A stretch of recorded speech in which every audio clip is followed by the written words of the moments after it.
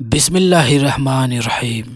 کبھی دیوار ہلتی ہے کبھی در کانپ جاتا ہے، کبھی دیوار ہلتی ہے کبھی در کانپ جاتا ہے، علی کا نام سن کر اب بھی خیبر کانپ جاتا ہے۔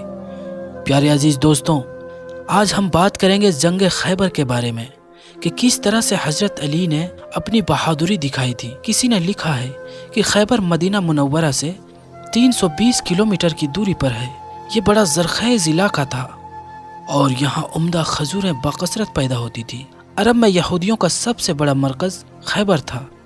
یہاں کے یہودی عرب میں سے سب سے زیادہ مالدار اور جنگجو تھے، اور ان کو اپنی مالی اور جنگی طاقتوں پر بڑا ناز اور گھمنڈ تھا۔ یہ لوگ اسلام اور بانی اسلام حضرت محمد مصطفیٰ صلی اللہ علیہ وسلم کے بدترین دشمن تھے۔ یہاں پر یہودیوں نے بہت سے مضبوط قلعے بنا رکھے تھے، جن میں سے بعض کے آثار اب تک موجود ہیں۔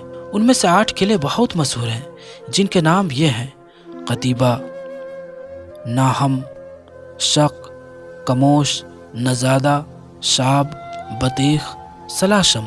در حقیقت یہ 8 قلعے 8 محلات کے مثال تھے، اور انہی 8 قلعوں کا مجموعہ خیبر کہلاتا تھا۔ جب رسول کریم صلی اللہ علیہ وسلم کو خبر ملی کہ خیبر کے یہودی قبیلہ عطفان کو ساتھ لے کر مدینہ منورہ پر حملہ کرنے والے ہیں، تو ان کی اس چڑھائی کو روکنے کے لیے 1600 صحابہ اکرام رضوان اللہ و اجمعین کا لشکر لے کر آپ خیبر کی طرف روانہ ہوئے۔ مدینہ منورہ پر حضرت سوا بن غردفہ رضی اللہ تعالی عنہ کو افسر مقرر فرمایا اور 3 جھنڈے تیار کروائے۔ ایک جھنڈا حضرت حواب بن منظر رضی اللہ تعالی عنہ کو دیا، ایک جھنڈے کا علم بردار حضرت سعد بن عبادہ رضی اللہ تعالی عنہ کو بنایا، اور خاص علم نبوی حضرت علی رضی اللہ تعالی عنہ کے دست مبارک میں عنایت فرمایا، اور ازواج مطہرات میں سے حضرت ام سلمہ رضی اللہ تعالی عنہ کو ساتھ لیے نبی کریم صلی اللہ تعالی علیہ وسلم رات کے وقت حدود خیبر میں اپنی فوج کے ساتھ داخل ہو گئے، اور نماز فجر کے بعد شہر میں داخل ہوئے۔ یہودیوں نے آپ کو دیکھ کر شور مچانا شروع کر دیا اور چلا چلا کر کہنے لگے کہ مسلمانوں کا لشکر آ گیا ہے، اور محمد مصطفیٰ صلی اللہ تعالی علیہ وسلم بھی ساتھ ہیں۔ اس وقت حضور اکرم صلی اللہ علیہ وسلم نے فرمایا، خیبر برباد ہو گیا۔ بلا شبہ جب ہم کسی قوم کے میدان میں اتر پڑتے ہیں تو کفار صوبہ برباد ہو جاتی ہے۔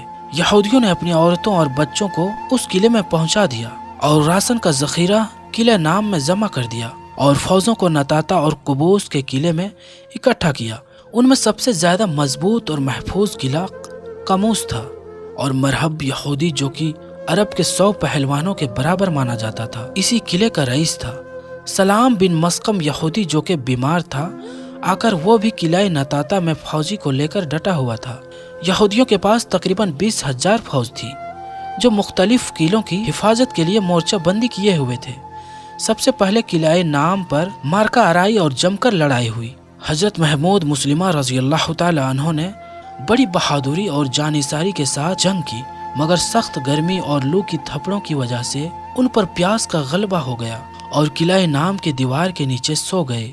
کنانہ ابن ابی الحقیقی یہودی نے ان کو دیکھ لیا، اور چھت سے ایک بہت بڑا پتھر ان کے اوپر گرا دیا، جس سے ان کا سر کچل گیا اور یہ شہید ہو گئے۔ اس قلعے کو فتح کرنے کے لیے 50 مسلمان زخمی ہو گئے، لیکن قلعہ فتح ہو گیا۔ قلعہ نام کے بعد دوسرے قلعے بھی بہت آسانی اور بہت جلد فتح ہو گئے، لیکن قلعہ قموس جو کہ بہت ہی مضبوط اور محفوظ قلعہ تھا، اور یہاں یہودیوں کی فوجیں بھی بہت زیادہ تھی، اور سب سے بڑا بہادر مرہب خود اس قلعے کی حفاظت کرتا تھا، اس لیے اس کو فتح کرنے میں بڑی دشواری ہوئی۔ کئی روز تک یہ مہم سر نہ ہو سکی۔ پہلے دن حضرت ابو بکر صدیق رضی اللہ تعالی عنہ کی کمان میں اسلامی فوجوں کو چڑھائی کے لیے بھیجا گیا، لیکن کامیابی نصیب نہ ہو سکی۔ دوسرے دن حضرت عمر بن خطاب رضی اللہ تعالی عنہ نے زبردست حملہ کیا، لیکن قلعہ فتح نہ ہو سکا۔ اس کے بعد حضور نبی کریم صلی اللہ تعالی علیہ وسلم نے ارشاد فرمایا، کل میں اس آدمی کو جھنڈا دوں گا جس کے ہاتھ پر اللہ تعالی خیبر فتح کرے گا، اور وہ اللہ اور اس کے رسول کا محب بھی ہوگا اور محبوب بھی۔ لوگوں نے رات بڑے اضطراب میں گزار دی کہ دیکھتے ہیں کل کس کو جھنڈا دیا جاتا ہے۔ صبح ہوئی تو حضور نبی کریم صلی اللہ تعالی علیہ وسلم نے جھنڈا حضرت علی المرتضیٰ رضی اللہ تعالی عنہ کے ہاتھ میں تھما دیا۔ حضرت علی رضی اللہ تعالی عنہ نے قلعہ قموس کے پاس پہنچ کر یہودیوں کو اسلام کی دعوت دی، لیکن یہودیوں نے ان کی اس دعوت کا جواب اینٹ اور پتھر سے دیے۔ قلعے کا رئیس مرحب خود میدان میں اتر آیا اور وہ بڑے غرور کے ساتھ بولا، خیبر خوب جانتا ہے کہ میں مرحب ہوں۔ حضرت علی رضی اللہ تعالی عنہ نے فرمایا، میں وہ ہوں کہ میری ماں نے میرا نام حیدر رکھا ہے۔ پہلا وار مرحب نے کیا۔ حضرت علی رضی اللہ تعالی عنہ نے روک لیا، پھر حضرت علی رضی اللہ تعالی عنہ نے آگے بڑھ کر وار کیا اور اس کے سر پر تلوار ماری۔ ایک ہی ضرب سے جنگی ٹوپی کٹی، سر کٹا، مغز کٹا اور تلوار دانتوں تک پہنچ گئی اور مرحب زمین پر گر کر ڈھیر ہو گیا۔ مرحب کی لاش کو زمین پر تڑپتے ہوئے دیکھ کر اس کی تمام فوج اللہ کی سیر پر ٹوٹ پڑی، لیکن ذوالفقار حیدری بجلی کی طرح ان پر گرتی رہی، جس سے یہودیوں کی صفیں الٹ گئی اور ان کے بڑے بڑے سردار مارے گئے۔ پھر قلعے کے دروازے کو حضرت علی رضی اللہ تعالی عنہ نے اکھاڑ دیے اور اٹھائے رکھے، جب تک کہ صحابہ اکرام اس قلعے کے اندر داخل نہ ہو گئے۔ پھر جب صحابہ اکرام قلعے کے اندر داخل ہوئے تو پھر حضرت علی نے اس دروازے کو اتنی زور سے پھینکا کہ وہ کئی گز دور جا کر گرا۔ دوستوں، بتایا جاتا ہے کہ اس دروازے کو 70 لوگ مل کر بند کیا کرتے تھے۔ دوستوں، جس کی طاقت 70 لوگوں کے برابر تھی وہ تھے حضرت علی رضی اللہ تعالیٰ عنہ۔ اسی لیے تو ہم اپنے بچوں کو یہ سکھاتے ہیں کہ اگر کبھی کوئی وزن نہ اٹھے تو یا علی کہہ کر اٹھا لیا کرو، کیونکہ یا علی کہنے سے بازو تمہارے ہوں گے مگر قوت حیدری تم پر آ جائے گی۔ اور اس طرح خیبر کا قلعہ حضرت علی رضی اللہ تعالیٰ عنہ کے ہاتھوں فتح ہو گیا۔ آج بھی قلعہ خیبر کے نشانات موجود ہیں۔ اس طرح یہ سعادت اللہ تعالیٰ نے حضرت علی رضی اللہ تعالیٰ عنہ کو نصیب فرمائی۔ محترم عزیز دوستوں، میں امید کرتا ہوں کہ یہ ویڈیو آپ لوگوں کو ضرور پسند آئی ہوگی۔